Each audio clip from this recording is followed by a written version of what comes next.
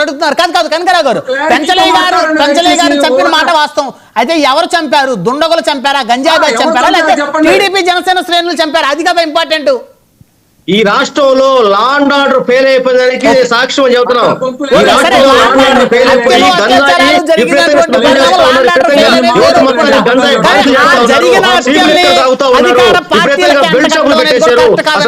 మద్యం అనేది ఏర్లై పారుతా ఉంది. ఈ రోజు మీరు అన్ని కల్తీలైపోయి తయారైపోయి ఈ రాష్ట్రంలో 600 సంఘటనలు జరిగితే 30 మంది పిల్లలు చచ్చిపోయారండి ఈ ప్రభుత్వంలో. ఓకే, సమయం లేదు కనకరావు గారు. బ్రహ్మనాయుడు గారు, నేను ఇందాక సోదరి రజనీ గారు కొన్ని మాటలు మాట్లాడారు. ఆమె గ్రేట్ హైకోర్టు లాయర్ గారు కదా, ఆమె ఏదైతే ఈ లడ్డు కల్తీ విషయం మీద దాదాపు 100 డిబేట్లు ఆమె కూడా మాట్లాడారు. మరి ఆమె ఆ రోజు హైకోర్టుకో సుప్రీంకోర్టుకో వేయచ్చు కదండి. ఆ రోజు ఏం చేశారు అంటున్నారు. రెండో అంశం, ఎన్డీడీబీ ఇచ్చినటువంటి రిపోర్ట్ల ఆధారంగా మేము మాట్లాడుతున్నాము. ఈ రోజు కూడా చెబుతున్నాము, జంతు కొవ్వులు కలిసినాయి, అదేవిధంగా వృక్ష కొవ్వులకు సంబంధించినటువంటి అవశేషాలు కూడా ఉన్నాయని ఎన్డీడీపీ రిపోర్ట్, కాఫ్ రిపోర్ట్స్ ఉన్నాయి.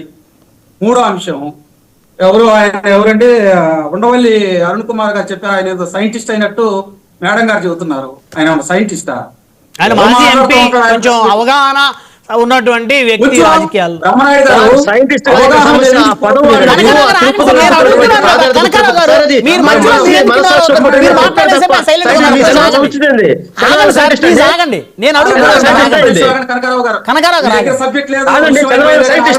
ఆగండి సార్, ఒక్క నిమిషం నేను చెప్తున్నాను కదా. సరే, వారు అడిగారు, ఆయనకు సీనియర్ సామాజిక రాజకీయ ఆగండి సాహిబ్ గారు. బ్రహ్మనాయుడు గారు ఇక్కడ ఏంటంటే ఈ విషయంలో వాళ్ళు ఫెయిల్యూర్ అయిపోయారు, దొరికారు కాబట్టి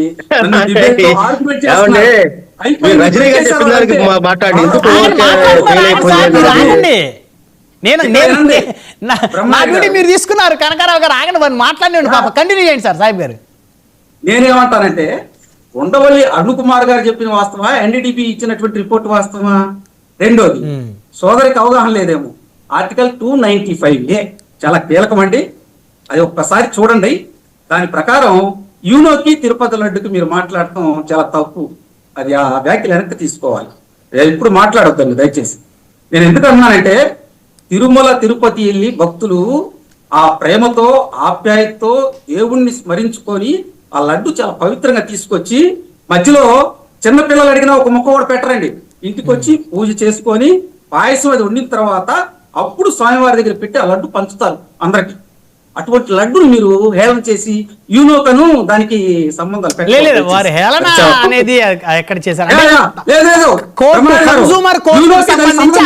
చెప్పారు. లడ్డు అంశం మీద మీరు ఆ రోజు మీ కూటమి తెలుగుదేశం, జనసేన, బీజేపీ మీరెందుకు కేసు వేయలేదని అడిగారు. రెండింటిని కంపేర్ చేయరు. నేను చెబుతున్నాను, కంపారిజన్ చేయొద్దండి అని అంటున్నాను నేను దయచేసి. సరే,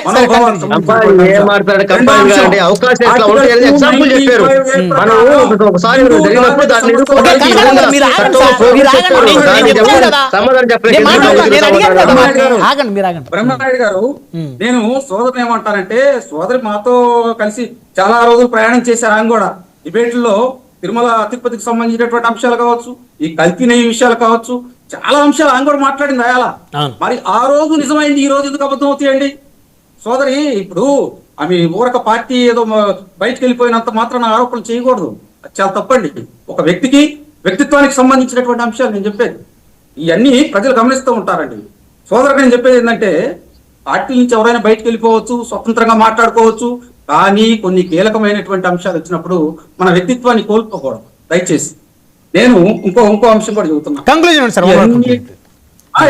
నేను కంక్లూడ్ చేస్తాను. ఈ అన్ని అంశాలు మాట్లాడేటప్పుడు కేవలం నేను కల్పితాలు ఎక్కడా మాట్లాడాలి. ఇప్పుడు దాకా ఎన్డీడీబీ రిపోర్ట్స్ కావచ్చు, సిట్ దర్యాప్తు అధికారులు ఇచ్చినటువంటి రిపోర్ట్స్ కావచ్చు, కాఫ్ ఇచ్చినటువంటి రిపోర్ట్స్ కావచ్చు, ఎఫ్ఎస్ఎస్ఐ అధికారి ఇచ్చినటువంటి రిపోర్ట్స్ కావచ్చు, దీంతో పాటు ఆ రోజు తిరుమలలో జరిగినటువంటి వాస్తవాలు నేను చెప్పుకుంటూ వచ్చా. అంతేకాని ఎక్కడా కూడా నేను అభూత కల్పన మాట్లాడలేదు. నేను ఇంకోటి, వైవి సుబ్బారెడ్డి గారు బయటకు వచ్చి మాట్లాడినటువంటి అంశం కూడా కల్తీ జరిగి ఉండొచ్చు అండి అని అన్నాడు ఆయన. నేను అది కూడా వ్యక్తీకరించట్లేదే. దాని తర్వాత మరి ఒక 5గురు ఏదైతే సుప్రీంకోర్టు న్యాయస్థానానికి పిటిషన్లు వేశారో వాటి మీద కూడా విచారించారు. ఇక్కడ నేను అంటున్నది ఏంది, సిట్ దర్యాప్తు అధికారులు క్రిమినల్ కాన్స్పరెన్సీ ప్రకారం ముందరికి వెళ్తున్నారు, వాళ్ళు దర్యాప్తు చేస్తున్నారని గౌరవ సుప్రీంకోర్టు అన్నారు. రెండోది ఇక్కడ సిస్టమ్ ఫెయిల్యూరు, దీనికి సంబంధించి ఏకసభ్య కమిటీ దినేష్ కుమార్ గారిని వేశారు, దానివల్ల ఎటువంటి ఇబ్బంది లేదు అని అన్నారు. ఈ ఆధారాలు లేకుండా సుప్రీంకోర్టులో ఉన్నటువంటి జస్టిస్ వాళ్ళిద్దరూ మాట్లాడరు. ఇవన్నీ అంశాలు పరిగణలోకి తీసుకోవాలి. నేనేమంటానంటే ఊరక ఏదో ఆరోపణలు చేసేసుకుంటే ఎట్లా అండి, వాస్తవాలు మాట్లాడుకోవాలి. కంటిన్యూషన్ చేయమన్నారు రజనీ గారు. ఎగ్జాక్ట్లీ సార్, నేనైతే అభూత కల్పనలు కాదు, గౌరవ డిప్యూటీ సీఎం గారు వాడిన పదమే, ఏ రసాయనాలు ఏ మూలికల నుంచి తయారు చేశారో నిర్ధారణ చేసే సాంకేతికత దాని టెక్నాలజీ మా వద్ద లేదన్న సిట్. ఇదే పదే పదే ఎందుకు చదువుతున్నానంటే ఇది వాళ్ళ అసెంబ్లీ సాక్షిగా ప్రజలకి తెలియాలి అని గౌరవ డిప్యూటీ సీఎం గారు చెప్పిన మాట. ఎన్డీడీబీ రిపోర్టు పదాన్ని ఎక్కడా సంబోధించలేదండి, ఎక్కడా సంబోధించలేదు. ఇక్కడ సైంటిస్టు పవన్ కళ్యాణ్ గారు కాకపోవచ్చు, ఉండవల్లి అరుణ్ కుమార్ గారు కాకపోవచ్చు, చంద్రబాబు నాయుడు గారు కూడా కాదు. టెస్ట్ చేసేటప్పుడు కొన్ని దొరకవండి రజనీ గారు. సరే, ఇప్పుడు మీరు ఒక కమిటీ వేసినారు కదా, ఏకసభ్య కమిటీ వేసినారు కదా అన్న, ఆగండి మాట్లాడారు మీరు ఏకసభ్య కమిటీలో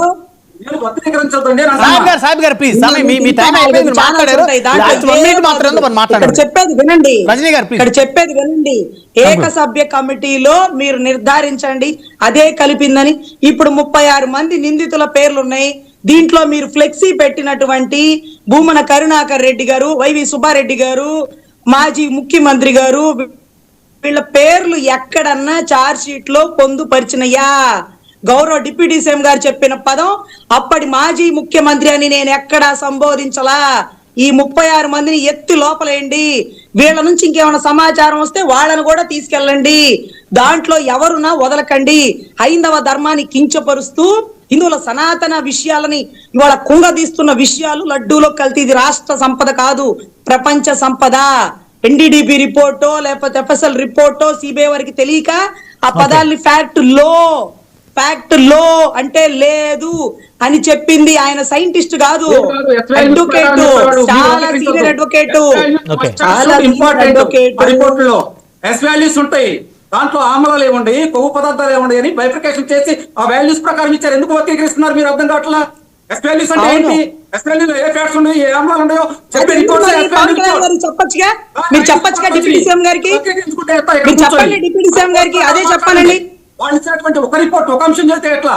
2 అనుమానాలు ఉన్నాయి, ఎక్కడ ఉండొచ్చు ఉండకపోవచ్చు కలిసి.